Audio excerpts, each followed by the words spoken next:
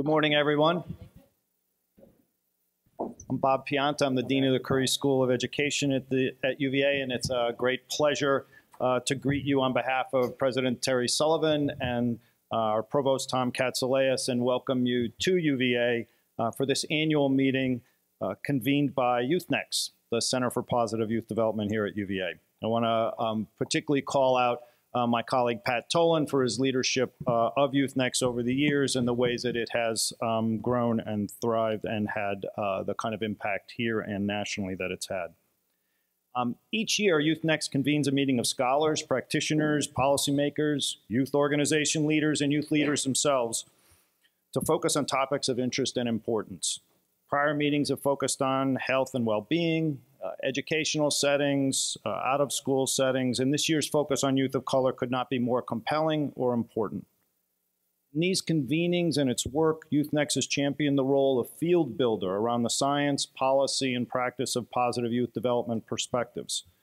In so doing, the work is framed around a central core reality: youth as assets. The science is abundantly clear on this. Youth bring resources, strengths, capability, and promise unique to their own developmental period. Seeing, fostering, and rewarding those assets, strengths, and capabilities is the job of adults in the institutions that we influence and build. That job is not done particularly well. This year's focus on youth of color represents the challenge and opportunity of a positive youth development perspective with considerable intensity and urgency. We've witnessed fundamental breakdowns in the ways our society, its laws and institutions, distribution of financial and social resources, and its educational and support systems recognize and promote an asset-based view of youth of color. A university is well suited to help address this breakdown. Few institutions can bring together the wide-ranging views and perspectives needed to understand the challenges here and to bring a strong grounding in science and evidence to what are often heated debates. Promoting the promise of youth of color can happen far more readily when we bring knowledge of culture, demography, and sociology, media, policy, law, health, and human development under one roof. And we ensure that that academic orientation and discussion is informed and driven by realities of contemporary communities and the youth themselves. So in a word, we also have to make sure that our academic discussions are anchored in the real world. The program that's been developed here for the next 2 days reflects this assembly of talent, perspectives, experience, and the real world. I wish you the best in your discussions and hope the ways that you engage and can advance views on youth of color that will matter both for them and for our society as a whole. I want to express a particular thanks to Joanna Williams of the Curry School faculty for her leadership in developing the program and the ways that she's engaged such a broad range of stakeholders and partners. Thanks, Joanna. And now let me pitch the podium to my colleague, Pat Tolan. Pat.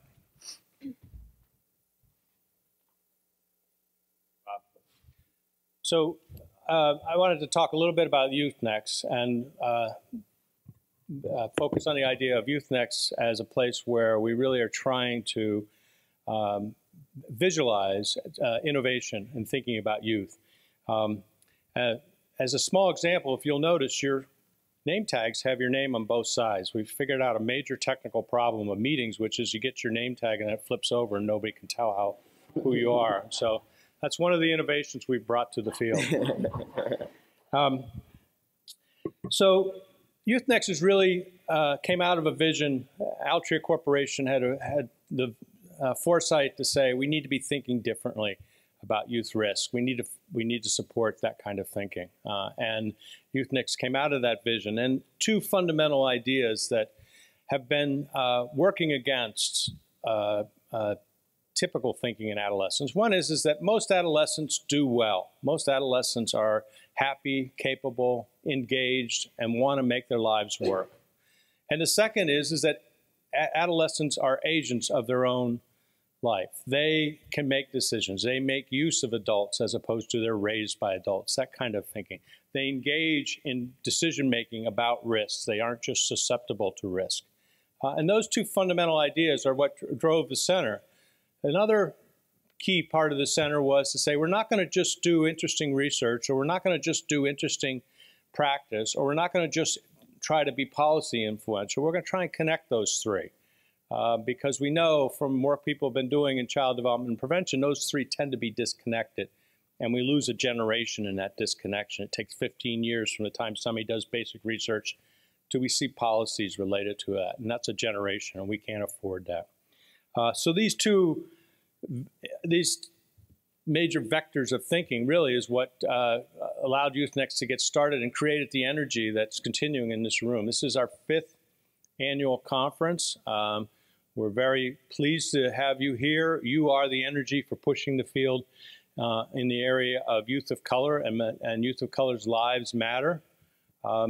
Just quickly, about 3 years ago now, there were a group of people who said, there's too little information about youth of color, and too much of that information is about how they're at risk. And so we formed a Boys of Color collaboration with the idea that we were going to take available data and we were going to engage young scholars and mid-level scholars, and we were going to try to produce rapidly better, more reliable empirical information about how young men of color were succeeding and how they were dealing with the risks they were facing. So that's an example of the kind of things that can come out of this. So I want to welcome you here. I want to again thank Joanna Williams for organizing this. And really want you to know that what we hope will come out of this conference is a lot of conversation and innovation in thinking, and a little bit of, to use the terminology that's current, a little disruption. We want to disrupt the thinking a little bit so that people start to take those two ideas, that people are capable, and most teenagers and adolescents do well and want to make their lives work. And let's bring that into the conversation about boys of color, to move from documenting the problems to thinking about action that can make a real difference. So welcome, and thank you for coming.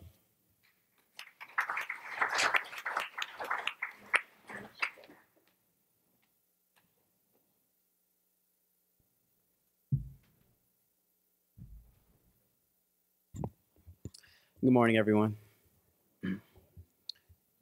It is such an honor to be asked to give welcoming remarks at this year's Youth-Nex conference. My name is Devonte Cunningham. I'm a recent UVA graduate and pursuing a Master's of Public Health, and am an intern at the Office for Diversity and Equity.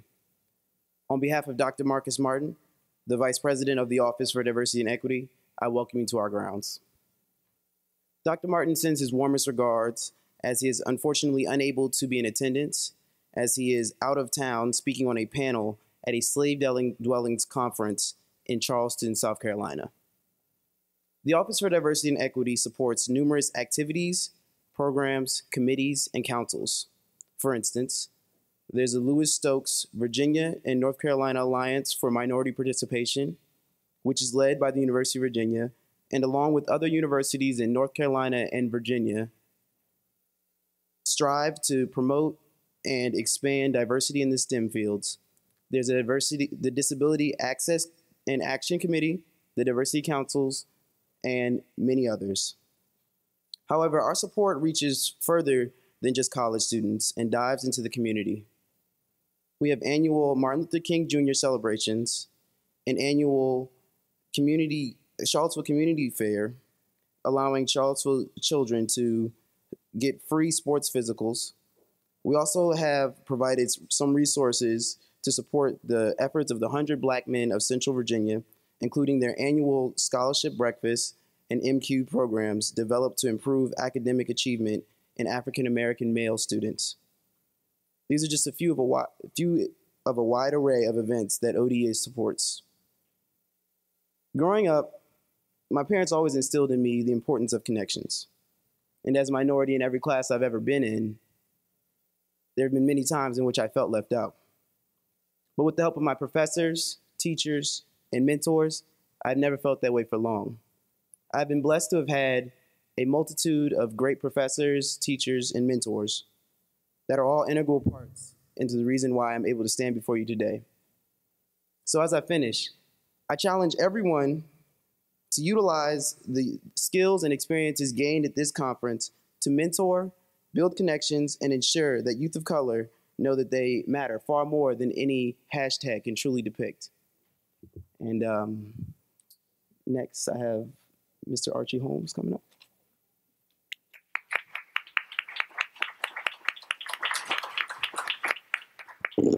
So welcome to the University of Virginia. I'm Archie Homes. I'm a faculty member here in electrical computer engineering. I'm also in our provost office, where I'm one of the vice provosts in the office. So first of all, welcome to the University of Virginia. I hope you have a wonderful time here. In terms of my opening remarks, I just want to reiterate a lot of what you've already heard. When I think about the importance of the work that you are going to be discussing here, I think about it kind of as an engineer. And so as an engineer, what we've learned over time is that we're going to solve problems and we're going to create better solutions to things if we bring more diverse voices to the table. That has been clearly demonstrated over and over again. And so when I think about our society, our community, our nation, the world, and I think about what it's going to look like 40 or 50 years from now, there's a couple things that I know, right? So one is I know that there will be problems that currently exist that we won't have solved, and we'll need more voices in there to help us figure those out. But more likely, there are going to be other things that we're going to have created, either inadvertently or inadvertently, that we're going to need a very talented group of people to help us address. And it's really going to be the people that you're talking about at this conference that are going to do that. So some of these people are born already, but some of them are not even born yet, right? We're probably talking about people who are going to be born in the next decade, who in the next couple of decades are going to be going through our colleges, who are going to be in positions where they're going to be able to contribute their talents and their thoughts and their ideas in terms of solving this. And right now, we don't do a really good job of doing that, right? We're not as inclusive in bringing all of those talents to bear. And so I'm hoping that through this work and through the work that will happen over the course of the years, we get to be much better at doing those sorts of things. I will be in and out. I hope I get a chance to meet several of you while I am here, and I look forward to hearing about the conversation. So again, welcome to the University of Virginia.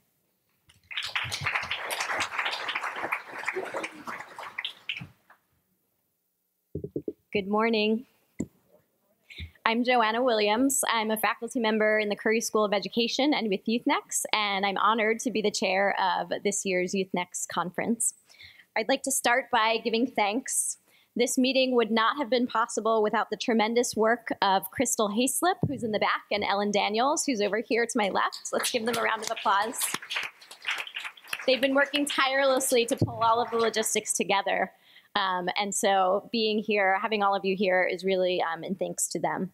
We're also grateful for the support of the Altria Foundation, the Carter G. Woodson Institute for African American and African Studies, the University of Virginia Office of Diversity and Equity, and the Curry School Diversity Action Committee. We're grateful for their support to helping bring this meeting to reality. The conference would also not be possible without the willingness of our panelists to bring their ideas and the commitment of you, the audience, to what I view to be a critical topic. So I thank all of you for being here. As you heard from Patrick, the Positive Youth Development Framework, or PYD for short, has been an important paradigm shift for those interested in the welfare of adolescents. PYD pushes back against the stereotypical portrayal of teenagers as risk-prone problems to be managed by promoting instead the message that youth are valuable assets to society and they all have the capacity to thrive as healthy and productive adults. But the field of PYD still has some work to do when it comes to considering the role that race and ethnicity play as critical context for youth development. Writer Chimamanda Adichie speaks eloquently about the danger of a single story in a TED Talk that I encourage you to find online. And that's where I think we are when it comes to talking about youth of color. We all rightfully feel a sense of outrage when we hear the all too familiar statistics about the incarceration rates and school dropout rates of Black and Latino youth, or the alcoholism and suicide rates of American Indian youth. But as Adichie notes, when we show a people as one thing, as only one thing, over and over again, that is what they become. By omitting a focus on race and ethnicity in youth development work, we're left with a single story about youth of color, and it tends to be a story about deficits. The pervasive images of Black and brown youth as only one thing robs them of their humanness. One's ethnic heritage in and of itself should not be considered a liability. Instead, as researchers, youth, and youth advocates, we need to dig deeper to better understand the multiple ways in which ethnicity is a developmental asset. At the same time, we also need to recognize how structural factors create disparities in opportunities and result in observed group differences that perpetuate the false notion that the differences are attributable to one's racial or ethnic heritage. Race and ethnicity is not a disease. Advocates of PYD are responsible for promoting images of the myriad ways in which youth of color are thriving. And many youth of color are thriving in part because of their strong sense of ethnic heritage. We'll hear more about this in our first panel this morning. In our second panel, we'll hear about how despite pervasive and vitriolic anti-immigration propaganda, many immigrant and undocumented youth remain committed to community engagement and educational advancement. Reducing inequalities and promoting the positive development of youth of color requires that we change systems and ecologies so that they're better aligned with the assets that youth already possess. I'm delighted that we have Leon Andrews from the National League of Cities here to give a keynote address about how cities and city leaders can unite to promote the achievement of Black males. Following Leon, we'll hear from a number of folks who are on the ground making change in their communities. First, adults from local and regional organizations will tell us about their important initiatives, and we'll see what it looks like to consider both culture and youth as assets. And finally, to close the day today, we'll see what thriving looks like firsthand when we hear from youth entrepreneurs from California and youth activists from New York who are doing critical work to advocate for social justice around issues like discrimination and fair policing. I welcome all of you back tomorrow, where we'll shift to bring the spotlight to education. We'll hear about racial disparities in discipline and find out how one school district is using a restorative justice approach to make important change. Finally, we'll have the opportunity to ask a diverse set of educational advocates, what does it look like to promote educational excellence for youth of color, and how do we get there? As Patrick encouraged already, throughout the sessions, we look forward to your active participation. We'll leave time for you to ask questions of panelists, but would also like you to push yourselves to share your ideas and your solutions. In fact, we'll end the day tomorrow with a call to action, where we'll ask you to weigh in on the question, what can we do to ensure that youth of color matter?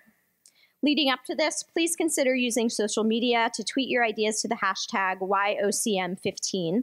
If you're not on social media, you've got paper and pens on the table. We encourage you to jot your ideas down throughout the conference so you're ready to share them for tomorrow. And if you're interested, we can tweet them out for you.